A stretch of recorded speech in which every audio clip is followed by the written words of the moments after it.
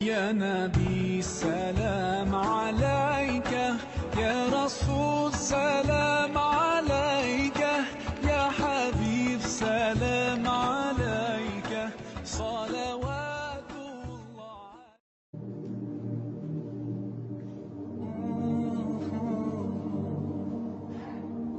آج کل کا جو یہ میڈیا کا گند ہے اس کے متعلق کچھ اسٹیٹسٹک تھی، مگر وہ اتنی گندی ہے کہ اس کو نقل کرنے کوئی دل نہیں چاہتا. مجھے بہت تردد تھا کہ یہ بات بتانی نہیں چاہیے، لیکن اس میں عجیب و غریب باتیں ہیں. ہر 4 گھنٹے کے اندر ایک ننگی فلم سسٹم کے اوپر اپلوڈ ہو رہی ہے، ہر 4 گھنٹے کے بعد. جو انٹرنیٹ دیکھنے والے ہیں ان میں سے 35% جو ننگی فلمیں دیکھتے ہیں وہ عورتیں ہوتی ہیں.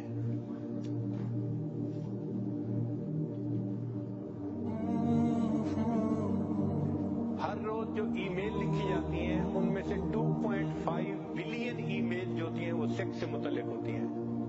2.5 بلین ڈیلی ای میل وہ سیکس سے متعلق ہوتی ہیں.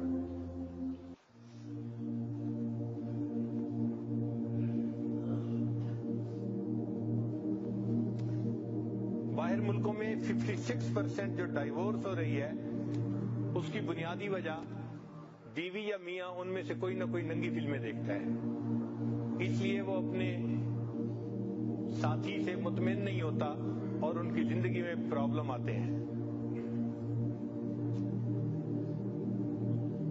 3 سٹیجز ہیں، یہ ذرا سمجھنے والی بات ہے کہ عام طور پہ ہر نوجوان سمجھتا ہے کہ یہ ننگی فلمیں بری چیز ہے، مگر اس کا عادی بنا دیا جاتا ہے، ایڈکشن اس کی ہو جاتی ہے. لوگ جیسے شراب کا نشہ ہوتا ہے، ننگی فلموں کا اسی طرح نشہ ہو جاتا ہے. اور اس کے 3 سٹیپس ہیں. پہلا سٹیپ ہے ڈی سینسٹائزیشن. ڈی سینسٹائزیشن کا مطلب یہ کہ جو بندہ ننگی فلمیں دیکھنے لگ جاتا ہے تو وہ پھر برے کو برا نہیں سمجھتا.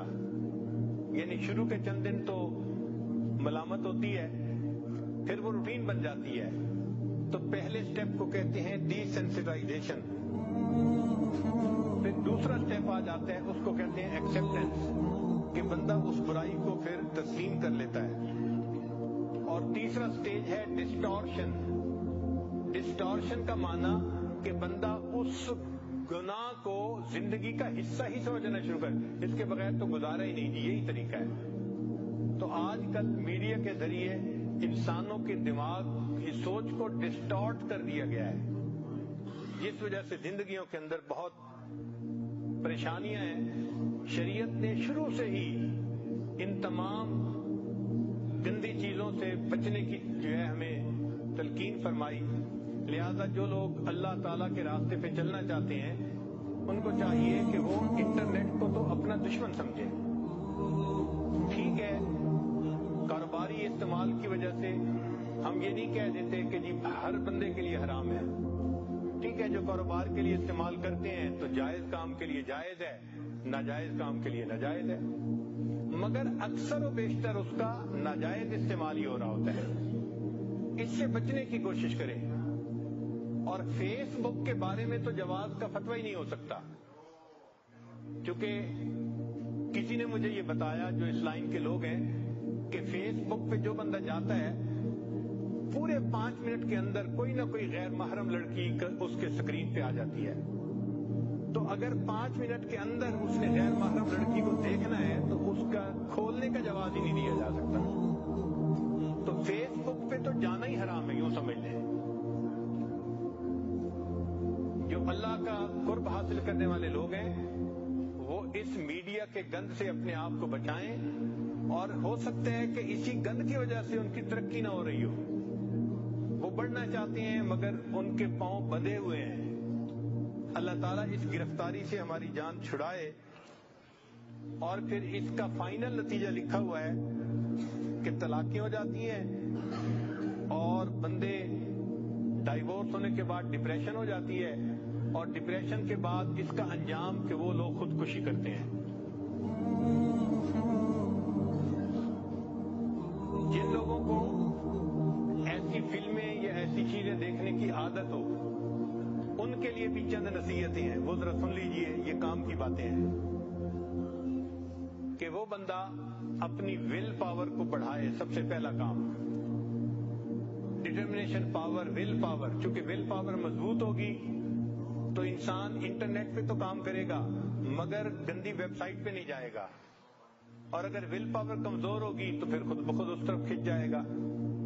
تو ول پاور کو مضبوط کریں ذکر کی کثرت کے ذریعے سے، اور جن لوگوں کو اللہ نے مضبوط قوت ارادی دی ہے ان اللہ والوں کی صحبت میں بیٹھنے سے اپنی قوت ارادی کو مضبوط کریں۔ پھر جو لوگ ایکسرسائز کرتے ہیں ان کی بھی ول پاور مضبوط ہو جاتی ہے۔ جو لوگ مناسب سوتے ہیں رات کو ان کی ول پاور بھی مضبوط ہوتی ہے۔ پھر جو لوگ فاسٹنگ، روزہ رکھتے ہیں، روزہ رکھنے سے بھی ول پاور مضبوط ہو جاتی ہے۔ میڈیٹیشن، جو لوگ مراقبہ کرتے ہیں اس سے بھی ول پاور مضبوط ہو جاتی ہے۔ اور ایک پوائنٹ یہ ہے کہ جو لوگ ایسا گناہ کرتے ہیں، acknowledge that you are addicted, اس کو جسٹیفائی نہ کریں، اپنے آپ کو جسٹیفائی نہ کریں جی میں اس وجہ سے دیکھتا ہوں میری بیوی میری بات نہیں مانتی، میرے ساتھ ٹھیک طرح سے نہیں رہتی، لہذا میں انٹرنیٹ پہ یہ تصویریں دیکھتا ہوں۔ نہیں، ایکسپٹ کریں کہ ہاں میرے اندر یہ گناہ موجود ہے، تب اس کی ریمیڈی ہوگی۔ ان تمام برائیوں سے بچنے کے لیے اللہ تعالیٰ کا مضبوط یقین وہ ضروری ہے۔ ہم اگر سکرین دیکھ رہے ہوتے ہیں تو اس وقت اللہ تعالیٰ ہمیں بھی دیکھ رہے ہوتے ہیں کہ یہ کیا بیٹھا تماشے دیکھ رہا ہے، اور جتنی ویڈیوز ہوں، امیجز ہوں، آڈیوز ہوں، ان سب کو ختم کر دینا چاہیے، ڈیلیٹ کر دینا چاہیے۔ اور کمپیوٹر استعمال بھی کرنا ہو تو پبلک پلیس پہ استعمال کرنا چاہیے، بند کمروں میں استعمال نہیں کرنا چاہیے۔ اور آدمی کو ٹیمپٹیشن کو برداشت کرنا یہ بھی سیکھنا پڑتا ہے۔ یہ جو شہوت کا زور ہے یہ چند لمحوں کی بات ہوتی ہے۔ انسان اگر اللہ کے لیے اس کو تھوڑی دیر روکے تو اللہ تعالیٰ اس مصیبت سے نجات عطا فرما دیتے ہیں۔ حضرت مجذوب رحمۃ اللہ فرماتے ہیں طبیعت کی رو زور پر ہے تو رک، طبیعت کی رو زور پر ہے تو رک، نہیں تو یہ سر سے گزر جائے گی، ہٹا لے خیال اس سے کچھ دیر کو، چڑھی ہے ندی یہ اتر جائے گی۔ تھوڑی دیر کے لیے انسان گناہوں سے اپنا ذہن ہٹا لے، یہ سیلاب جو چڑھ جاتے ہیں نا یہ اتر بھی جاتا ہے، یہ ختم ہو جاتی ہے۔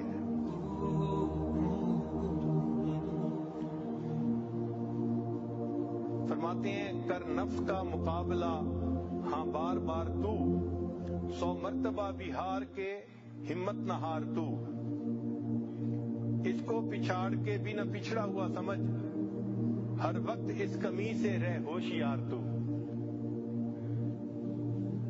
اب 2-3 نکتے آخر پہ جو ہمیں ذہن میں رکھنے چاہیے کہ یہ شہوت سے متعلقہ جو گناہ ہے نا ان سے بچنے کے لیے 2-3 نکتے ذہن میں رکھیں۔ پہلی بات کہ اللہ تعالیٰ نے انسان کا رزق متعین فرمایا ہے،